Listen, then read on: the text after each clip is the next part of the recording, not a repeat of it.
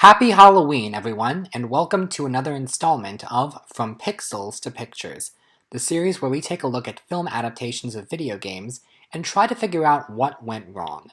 This is episode number 11, and we've looked at some pretty bad movies in this series so far, but as it turns out, all of that was just the warm-up. House of the Dead was an arcade shooting game that was released in Japan in 1996 and then internationally the following year. It's a very different type of game to the stuff that I've looked at in the past, as I'll get to, but it sold well and was a hit at the arcades, receiving a couple of console ports. I'm not sure whose decision it was to turn this game into a movie. It's a very short game and it doesn't offer up much in terms of character and backstory, or gameplay for that matter. But nevertheless, a film was greenlit. Released in October of 2003, the film starred Jonathan Sherry, Tyrone Lightsow, Una Greyer, Ellie Cornell, Clint Howard, and Jürgen Prochnow, and it was directed by Uwe Boll. For those of you who are blissfully unaware, Uwe Boll is a German filmmaker who became notorious for adapting video games into movies throughout the 2000s, and doing a very poor job of it. Now, some of you may have heard that he deliberately made bad films to take advantage of German tax loopholes that allowed him to make money off of box office bombs. And while that is technically true, he didn't actually start doing that until after this film. For this film, he was just a director for hire, and he was happy to be there. Which means this is him trying to make a good movie. Oh my god. Well, I'm not going to delay this any longer, even though I want to. Let's take a look at Uwe Boll's first crack at adapting a video game and see how this arcade hit made the transition from pixels to pictures.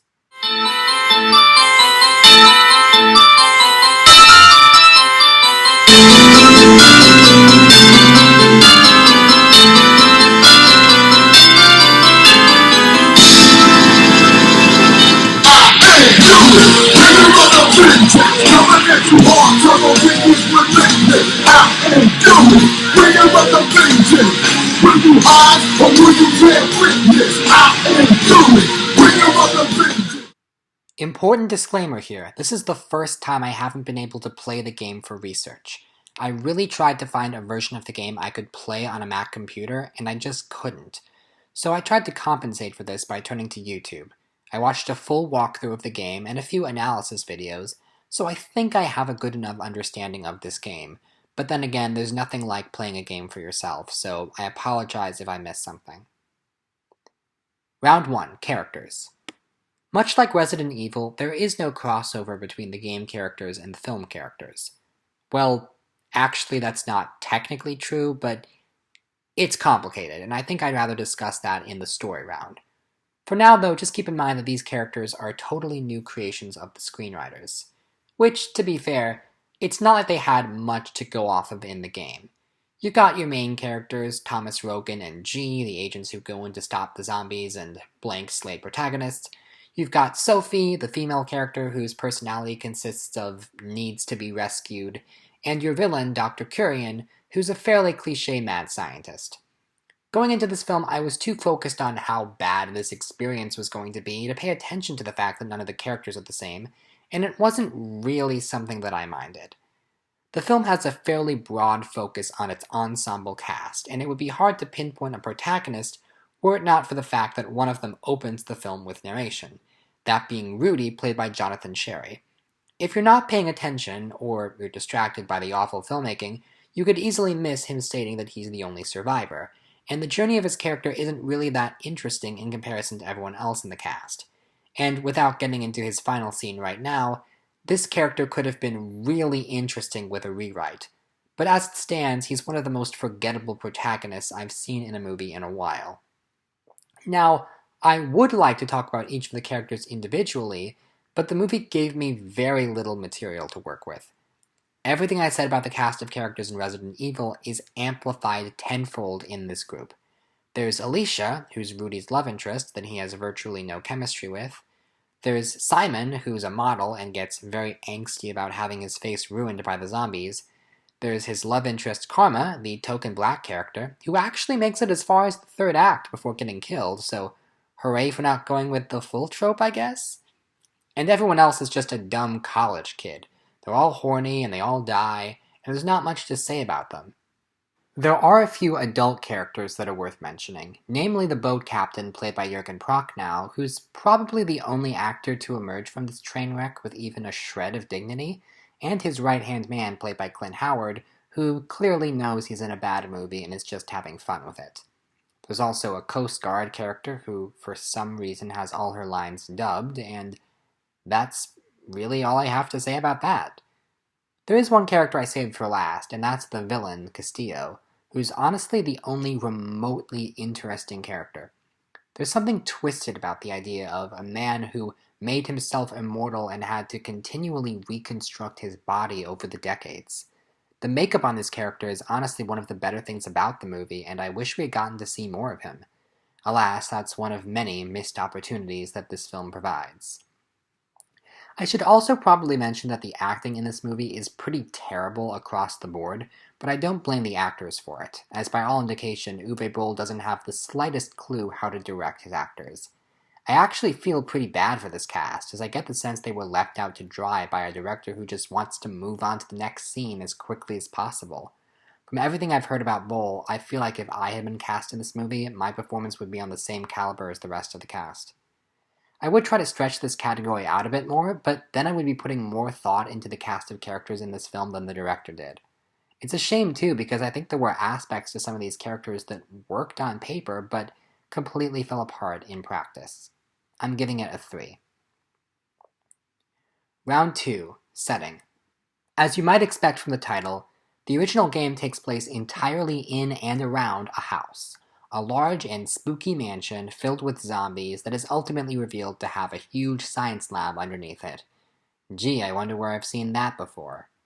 In all seriousness though, I think this game was in development for long enough that any connections to Resident Evil are probably coincidental. But aside from that, I do actually like the way this game looks. Mainly, I like the color palette, the way these bright neon colors contrast with the very dark shadows, which is a style you don't see that often, and when you do, it really catches your eye.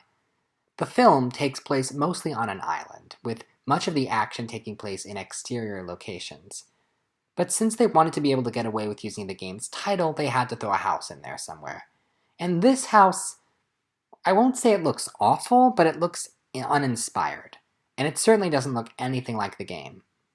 At least they got right that there was supposed to be an underground laboratory, but it's very different from the lab that we saw in the game. Frankly, there's not enough contrast between the lab and the rest of the house, and it looks cheap, like it was put together with items from a Halloween store. I was actually willing to be a little bit more lenient to the movie if they at least kept true to the color palette of the game, since that was one of the most memorable parts for me. But no, Uwe Boll put as much effort into the color palette as he did into everything else on this movie. When you look at the overall production design for this movie, you can tell that some effort went into it. It doesn't look like the game, but it looks okay. And if there's one element in this movie that is actually worthy of praise, it's the makeup. All the zombies look like zombies, and the villainous Castillo actually looks pretty cool. Okay, Uwe Boll, I'll give you that one. But it's not enough to give the movie a good score in this round. In summary, the setting of this movie is a far cry from that of the game, which means I should probably deduct all points, but given what's revealed at the end of the movie, it does make a certain amount of sense that the location would be different. So that means it's not entirely worthy of a 1, but I certainly think they could have tried a little harder to match the look and feel of the game. But then again, this is Uwe Boll we're talking about. I'm giving it a 3. Round 3, Story. At this point, I probably don't even need to mention that the story differs from that of the game, and that even though the game didn't give them much to work off of, they could have at least tried harder to be more faithful. Plot-wise, this is one of those horror movies that comedians like to make fun of. The kind where the characters are all horny and stupid, and the plot only happens because they repeatedly make the dumbest decisions imaginable. Look, something moving in the forest about 8 miles away. I'll go and check. Mainly, there's this huge logic gap, where the characters don't want to risk heading to the boat because there's like 4 zombies in the water, so instead they decide they'll be safe at the house. They go over to the house and they proceed to fight, I'd say 50 zombies. Yeah, real smart move, guys. Logic bombs aside, the story is just not very interesting. If you're familiar with zombie movies, you're going to see a lot of tropes being repeated with very little variety. And if you're a fan of the game, hoping to see the story you love being represented, well, you're not going to get that either. But to be honest, I was so distracted by how bad the filmmaking was that the story being unfaithful was almost an afterthought. So as the film went on, I was fully expecting there to be no connection to the games. But in the final scene of the movie, when the rescuers show up and they ask for Rudy's full name, he reveals his surname, Curian. And if the audience is familiar with the source material, they will recognize that name because Curian is the name of the mad scientist who was the game's antagonist. Now, on paper, this is a great idea for a plot twist because it pulls the rug out from under the audience in more ways than one. Not only does it directly tie in with the canon of the House of the Dead and establish that everything we've been watching is a prequel to the games, but it also reveals that the character we theoretically were rooting for this whole time is actually going to go on to do very bad things, and this was his villain origin story. Honestly, had a few things in the film been executed better, I could honestly say that this ending saved the movie, but as is, I can't quite make that claim. Because when you actually start to think about the implications of this plot twist, you quickly realize it doesn't make sense. Why would somebody who had lost all of his friends in a zombie attack want to create more zombies? Supposedly, he gives Alicia the immortality serum because he loves her and doesn't want to lose her. This happens off screen and probably won't be immediately clear to a first time viewer. I think that this should have been shown, and that the relationship between these two characters should have been a bigger focal part of the story. Imagine if he started the movie being very cold and closed off, and then she gradually gets him to open up, and we see by the end that they're really in love and he just can't let her die, and the audience understands why he's doing it, but at the same time they're grappling with the morality of this choice, and then it's revealed that he's Curian. Holy shit, that would have been effective. When I did research for this video, I found out that the screenwriter was very proud of what he initially wrote and became very upset at Uwe Boll for changing it and ruining it. And it's hard not to feel for him. There are multiple things in this movie that really could have worked, especially the plot twist, but the execution just feels muddled and confused, which is why I'm giving it a 4. Round 4, Experience. I'm not gonna lie, when I researched this game, I wasn't that impressed. It didn't seem like the game was anything that special. It was just a bunch of mindlessly killing zombies like a lesser version of Resident Evil. You couldn't even move freely around the environment. You were locked into a track and you have to aim at the screen and shoot zombies, and that was all the gameplay to it. And I'm sure if you played this in an arcade with all the labels on the side of the machine and like the atmosphere around, then it'd be like a fun thing to do. But in comparison to the console games that I've played for this series, it didn't strike me as anything that special. I don't. If you like the game, great for you. I couldn't actually play it. Maybe I'd feel differently if I could actually play it. But all this to say, I was not a huge fan of the game, and I was thinking, oh, of course Uwe Boll can't make a good movie out of this because nobody could. But now that I've actually seen the film, I'm not sure that's the case. All throughout the movie, I felt that it was so close to being a decent zombie flick. Like, there were good ideas here, but the directorial choices were holding it back. So much of this film felt like a missed opportunity, especially the twist ending. The pacing is bad, the lighting is bad, the acting is bad, and it just feels so incompetently made, even though there are certain aspects like the makeup and some of the cinematography where you feel like they were trying. There are certain points during the action scenes where the camera rotates around the actors in a way that's reminiscent of The Matrix but looks just unique enough to be memorable. When I did my research into this film, I found out that Uwe Boll prided himself on his ability to make movies fast. On the set of this film, he gave his cast and crew whiplash by announcing he was ready to move on to the next scene when no one else was. Multiple times, the crew would tell him that something was wrong and needed to be reshot, and he would just shrug and say, fix it in post. And if something could not be fixed in post, well, his solution would be just cut the scene. And when I heard that, everything made a lot more sense. This is why the finished film feels so convoluted and disjointed. There were moments in this film when I wondered if it was meant to be a parody of zombie movies. Some of the dialogue would not sound out of place in something like Scary Movie, but the way the actors deliver these lines, it doesn't seem self-aware. And, okay, there's no point in delaying this any longer. If there's one thing that this movie is infamous for, it's the decision to include random clips of the video game in the film. At first, it's just during transitions. You're watching a scene, and then here's a second of game footage, and now we're back to the movie. Then later on, they start using these clips in the middle of action scenes, I guess to try and complement the action that's happening on screen. Hopefully, I shouldn't have to tell you how insane this is. There is literally no reason to do this. Imagine if you were watching a movie based on a book, and then out of nowhere, it just cut to a page from the book. Since making this movie, Uwe Boll has gone on record that he considers it to be a disappointment, which is interesting considering how passionately he defends his other movies. But as stated before, this film was early in Boll's career, before he started his streak of making bad movies on purpose to exploit tax loopholes. He was essentially a director for hire, and he seemed to think that if he made the movie fast, he would be a great director.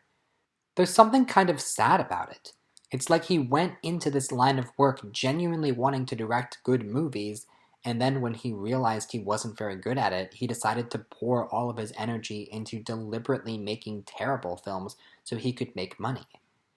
Guys, I think this movie might have broken him. I've yet to see the remainder of Boll's movies, although I will. I hear that they get pretty bad. And I went into this movie expecting a complete disaster. What I got instead was a film that came so close to being somewhat halfway decent, but never quite crosses the line. Which, in a way, feels worse. I'm giving it a 2. So, with everything added up, House of the Dead gets a score of 12 out of 20, 30% for a final grade of F. And I'm just going to make a prediction right now. Uwe Boll will not score higher than an F from here on out. I would love to be proven wrong, but I don't think it's going to happen. Now that that's over and done with, I would like to say we're moving a step upwards for our next installment, but it looks like it might be a more lateral move instead. It's the first of many Resident Evil sequels, and I have no faith in this to be good, so wish me luck, guys.